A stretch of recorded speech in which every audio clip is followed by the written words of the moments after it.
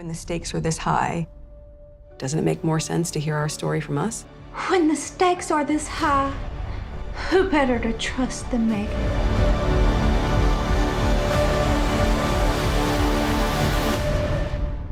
In this video, we're going to take a look at Meghan Markle's childhood and how she has suffered from poverty and oppression, fought against structural racism, has been a warrior for feminism, and a true humanitarian since the moment she was conceived. No. So good.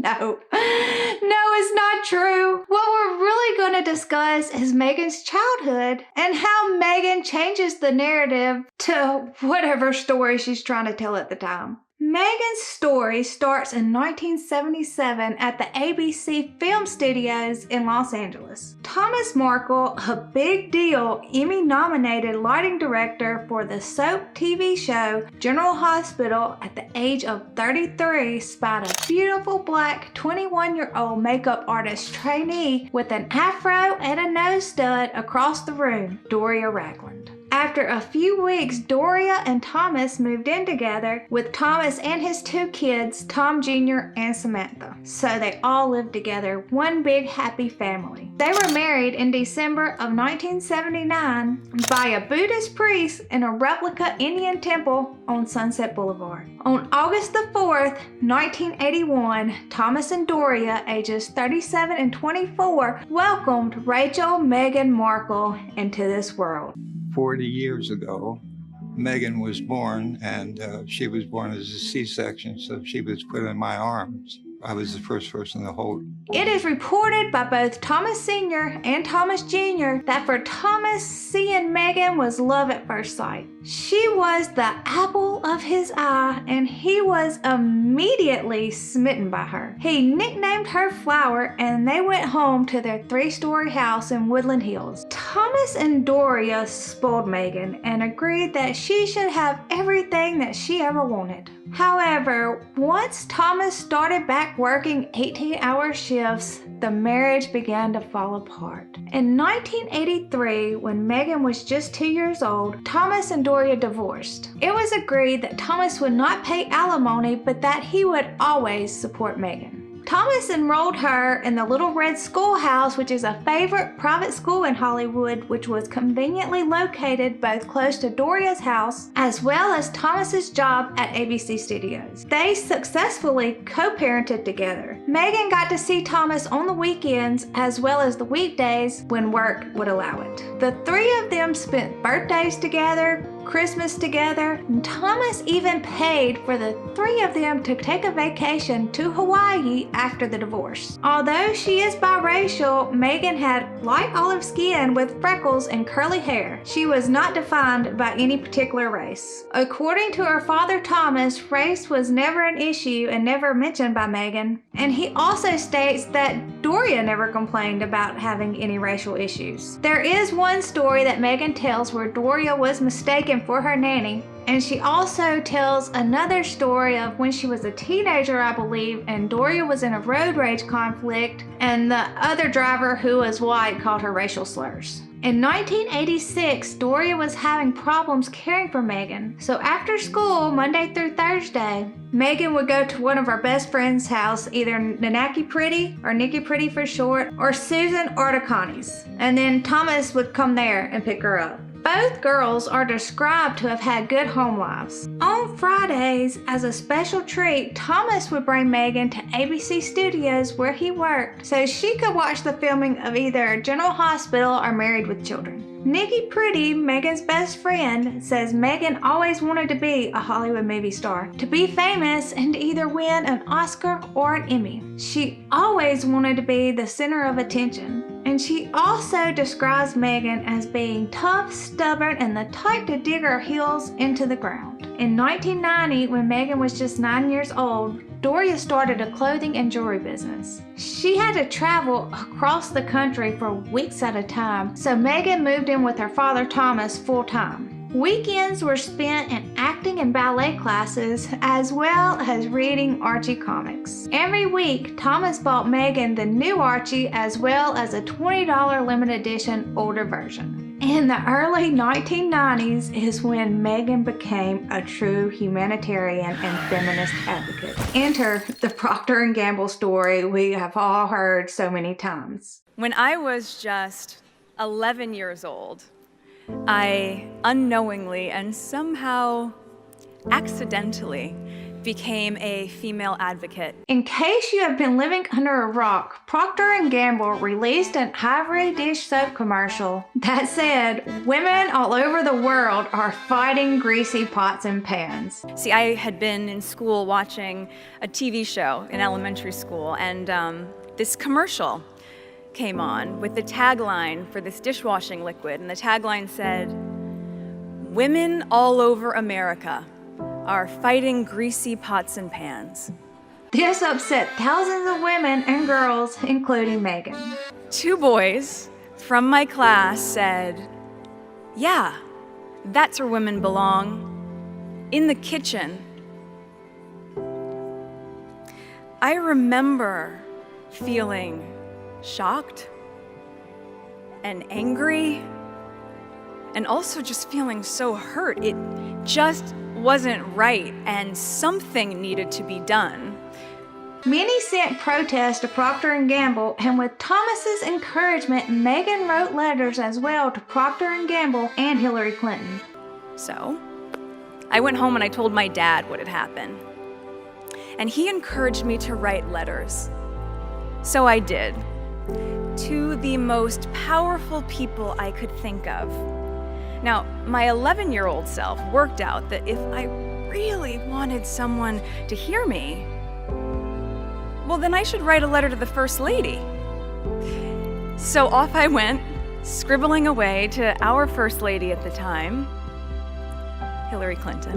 I also put pen to paper and I wrote a letter to my news source at the time, Linda Ellerby, who hosted a kids' news program, and then to powerhouse attorney Gloria Allred, because even at 11, I wanted to cover all my bases. Finally, I wrote to the soap manufacturer. Shockingly, nothing happened.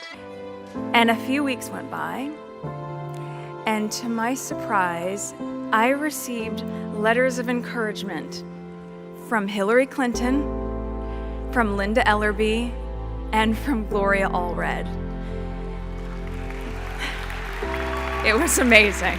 So Thomas wrote follow-up letters demanding that they acknowledge his daughter. When nothing still happened, he used his connections to contact Linda Ellerby, a host on Nickelodeon's show Nick News, where they did a feature on Meghan.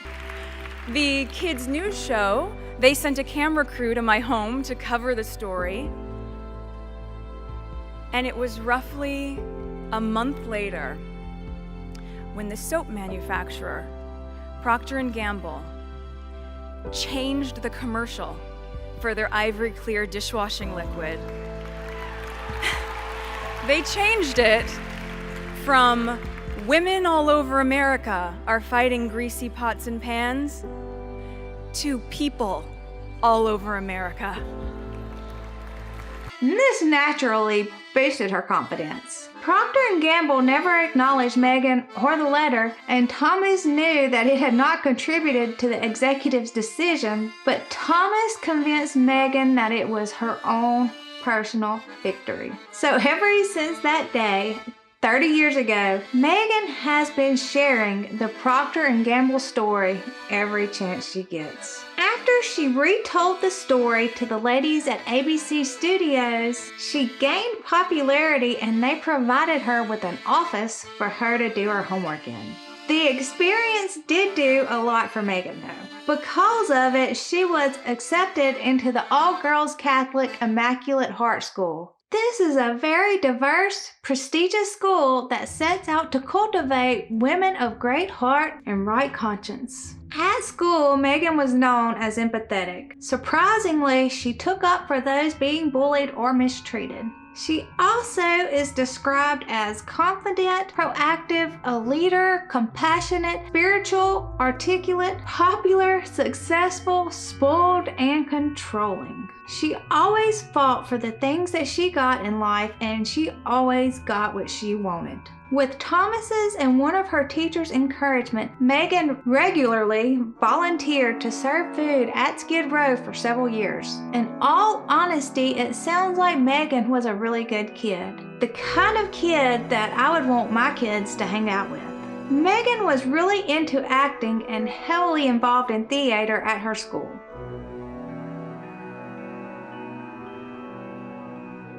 You're looking very strange.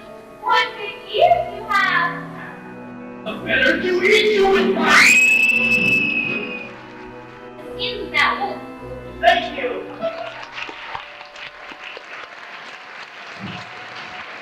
Why don't you go up there right now and bring it back and show me? I could. You could not, could you? You could not, Mr. Liar! I'm not a liar! Thomas volunteered to build a professional lighting setup for the school stage, and he also built them a light board. Thomas taught Meghan how to best hold her head, show her profile, fixate her eyes, and most importantly, how to look sincere. Since Meghan always wants to be the center of attention, she gets extremely jealous, especially if someone else gets the lead role. One classmate of hers got a role in a local studio, while two other classmates auditioned for Trace of Red. Meghan insisted that Thomas hire a photographer for a professional headshot.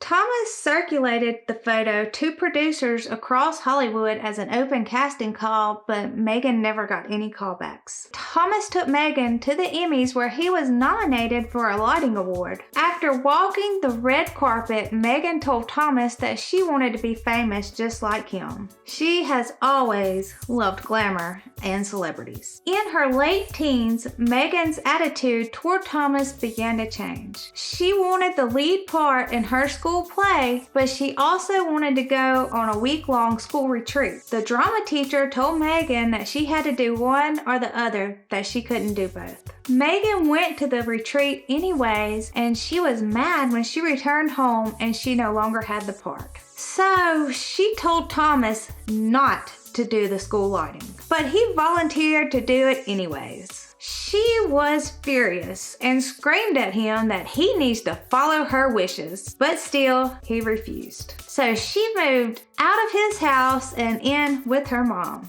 And right now we're in Beverly Hills, and we're gonna pass the Beverly Hilton Hotel, where I'll be on Sunday meeting the other Northwestern people. We're about 4 minutes from my dad's house. From my dad's house you can see the Hollywood sign, but we aren't gonna go there because my dad and I aren't on the best of terms. When she was 18, she was in a performance of Damn Yankees at the boys' school. Because she was still upset about him doing the lighting, she did not invite Thomas to see her in the performance. Even still, he came to the show and sent her flowers backstage, and she just completely ignored him. According to Thomas, that was the first time he realized that Meghan wrote the rules. Also, according to Thomas, this was the first play that Doria actually ever came to, whereas Thomas had directed the lighting and watched nearly all of her previous performances. Meghan graduated from high school in June of 1999. Thomas, his mom, and Doria were all there. Meghan won both academic and acting awards. In the yearbook, her quote she chose to be by her picture is from Eleanor Roosevelt. Women are like tea bags. You never know how strong they are until they are in hot water. Now, let's look at Meghan's truth. In 2014, on her 33rd birthday, Meghan writes the following: "My teens were even worse than my 20s, grappling with how to fit in and what that even meant. My high school had cliques, the black girls and white girls, the Filipino and the Latina girls. Being biracial, I fell somewhere in between. So every day during lunch, I busied myself with meetings, French club, student body, whatever one could possibly do between noon and 1 p.m. I was there." Tear from the left eye. Go. You're like, Meghan, one tear, left eye, go. Give me 3 seconds. However, Meghan conveniently leaves out how popular she was. She was actually so popular, she was voted homecoming queen. She also fails to mention that the school was really diverse. So check out this article in the LA Times. She was a theater kid who excelled not just academically but also as a leader. Someone to whom others listened, recalled Christine Knudsen, who taught a senior elective Markle took on spirituality and literature. Meghan was the kind of student who, even though she had a circle of friends, she was friendly and welcome to everyone. Everyone liked her, even if they weren't her close friends. Markle has talked about some struggles she has had as a biracial child of a white father and a black mother. But Knudsen said that when they talked when Markle was in high school, race didn't come up all that much. Knudsen says it's not a big deal simply because our school is so diverse. There's no looking down on someone because she comes from something different than you do. Last year, 35% of the school students were white, 20% were Latina, 17% were multiracial, 17% were Asian and Pacific Islanders, 5% were black, and 6% preferred not to state. The school's demographics the year that Markle graduated were very similar, though there were slightly more black students. So I'm not really buying that she didn't fit in because she is biracial. As a matter of fact, according to Andrew Morton's book, Meghan's classmates assumed that she was Italian because Doria ever only visited the school once prior to graduation. People's struggles are people's struggles, and people's truth are people's truth. Racism is a real thing, and I personally think it is a shame how it is thrown around so lightly these days, especially here in America. Bridges are racist, statues are racist, flags are racist. If you don't agree with me, then you're a racist. I'm pretty sure she took a card from the political playbook and she plays it every chance she gets. As so many people on TV in American politics are doing and have done for the past 10 years to suit her narrative and get her way. Let's talk about the riots, for example. In late April of 1992, racial riots broke out in the streets of Los Angeles. They're dispatching LAPD units along with all fire trucks that respond to major emergency blazes for protection. But with respect to trying to get LAPD service or anything else, folks, you're on your own down there.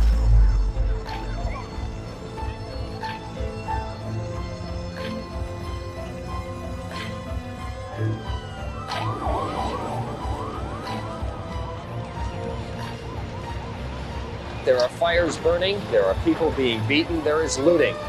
It is a dangerous night in the city of Los Angeles.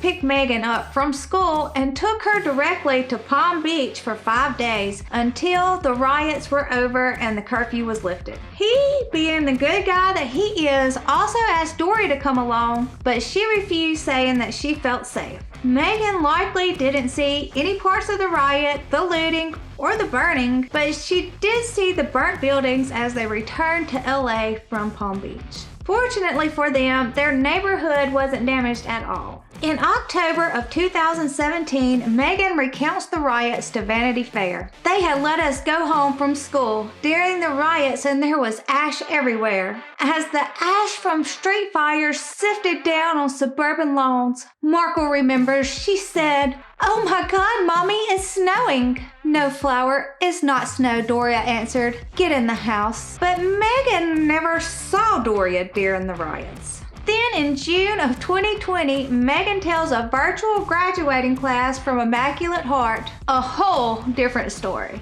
After referring to George Floyd's death as a senseless act of racism, Meghan says, "I was 11 or 12 years old when I was just about to start Immaculate Heart Middle School in the fall, and it was the LA riots, which was also triggered by a senseless act of racism. And I remember the curfew, and I remember rushing back home, and on that drive home seeing ash fall from the sky, and smelling the smoke, and seeing the smoke billow out of buildings, and seeing people run out of buildings carrying bags and looting. And I remember seeing men in the back of a van just holding guns and rifles. And I remember pulling up to the house and seeing the tree that had always been there completely charred.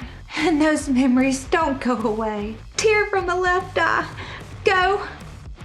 So which was it, Meghan? Did you really think it was snowing in LA in April of 1992? Or did you see men holding guns and rifles and looting? Or did you spend the week on vacation at Palm Beach? I know which story I'm betting on. This is just another example of how Meghan makes up the story as she goes along to match whatever narrative she's trying to sell at the time. What else does Meghan say about her childhood? In October of 2021, Meghan wrote an advocacy letter to Chuck Schumer, the Senate Majority Leader, and Nancy Pelosi, the Speaker of the U.S. House of Representatives. The letter was no less on the Duke and Duchess of Sussex letterhead, even though she's been living in the States for a while. And we don't have titles like this here, and she's literally writing to the U.S. government on British letterhead. I guess she doesn't know about that war. In the letter, she states, I grew up on the $4.99 salad bar at the Sizzler. It may have cost less back then. To be honest, I can't remember. But what I do remember was the feeling. I knew how hard my parents worked to afford this. Because even at $5, eating out was something special. And I felt lucky. And as a Girl Scout, when my troop would go out to dinner for a big celebration, it was back to the same salad bar or the old spaghetti factory. Because that's what those families could afford to do. I started working at the local frozen yogurt shop at the age of 13. I waited tables, I babysat, and piecemeal jobs together to cover odds and ends. I worked all my life and saved when and where I could, but even that was a luxury because usually it was about making ends meet and having enough to pay my rent and put gas in my car. However, when Meghan Markle got the opportunity to judge the Chopped Junior competition, she has a bit of a different story to tell. This dish reminded me of the kind of food that I grew up eating in California, like that real sort of farm-to-table, fresh, really simple ingredients. And again, in another interview by Shape Magazine in 2013, Meghan tells this story. And I definitely love good Italian food and Mexican food. Because, oh my gosh, again, California girl, grew up having a lot of fish tacos. Thomas says Meghan never worked, and I 100% believe him. First of all, there are child labor laws in America. It's hard to get a job before you are 18 due to insurance requirements as well as the law. And most people struggle to even get a job at age of 16. So I'm not really believing she started working at the yogurt shop at 13. Plus, Meghan admits to taking extra classes on the weekends for ballet and acting.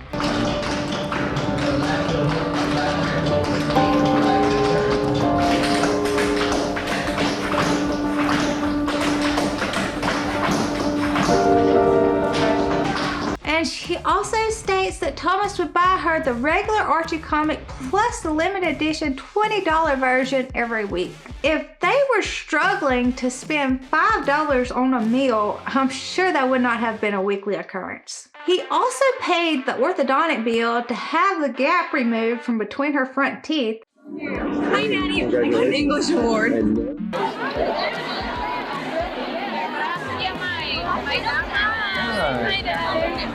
And plus, there was the weekend fishing trips and vacations, including the trip to Hawaii that Thomas paid for her and Doria after the divorce. Okay, we've been out here for 3 days so far. And I have not caught fish. So we're going to try for another half hour. Going horseback ride.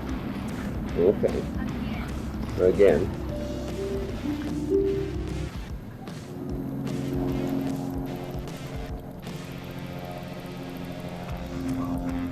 Determined.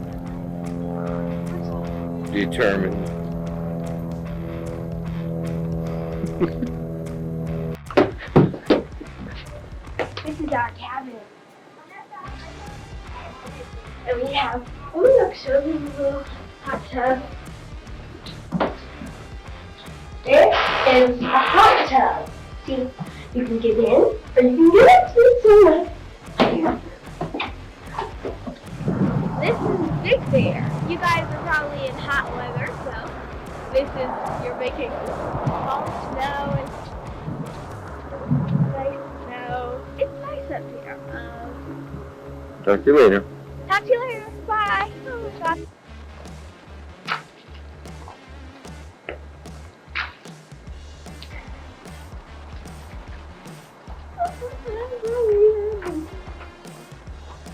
This is snowball.